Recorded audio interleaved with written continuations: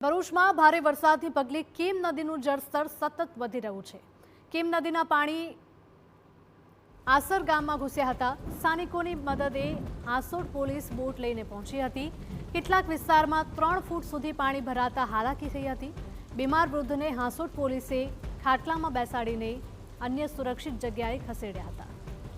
તો આ દ્રશ્યો ભરૂચમાંથી સામે આવ્યા છે।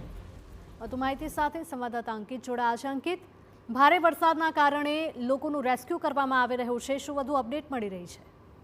જી હિરલ, ભરૂચની વાત કરીએ તો ભરૂચમાં આજે સવારથી વરસાદે ચોક્કસ વિરામ લીધો છે, પરંતુ વરસાદી પાણીના ભરાવાની અને નદીઓના ઉફાનની પરિસ્થિતિ હજુ પણ સામાન્ય થઈ નથી। જો હાંસોટ તાલુકાથી શરૂઆત કરીએ તો હાંસોટમાં કીમ નદીના પાણી છે તે હજુ પણ આસપાસના ગામોમાં ફરી વળ્યા છે। ખાસ કરીને સૌથી વધુ સમસ્યા ઓસરમાં ગામની છે। ત્યાં ગામમાં હજુ પણ પાણી છે। લોકો પાસે કોઈ પણ પ્રકારની સુવિધા ન હોવાના કારણે પોલીસની ટીમ બોટ લઈને પહોંચી હતી અને તેમને ભોજન અને દૂધ પાણી સહિતની વ્યવસ્થાઓ આપવામાં આવી છે। એક વ્યક્તિ બીમાર પડતા તેને ખાટલામાં મૂકી અને ત્યારબાદ તેને બહાર લાવવા સુધી પોલીસે રેસ્ક્યુ કર્યું હતું।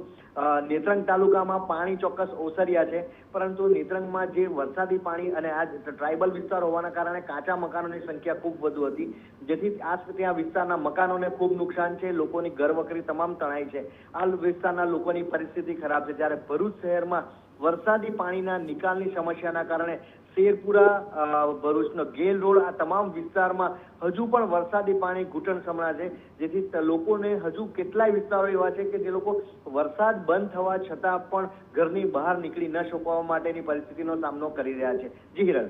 જી અંકિત, માહિતી બદલ આપનો આભાર।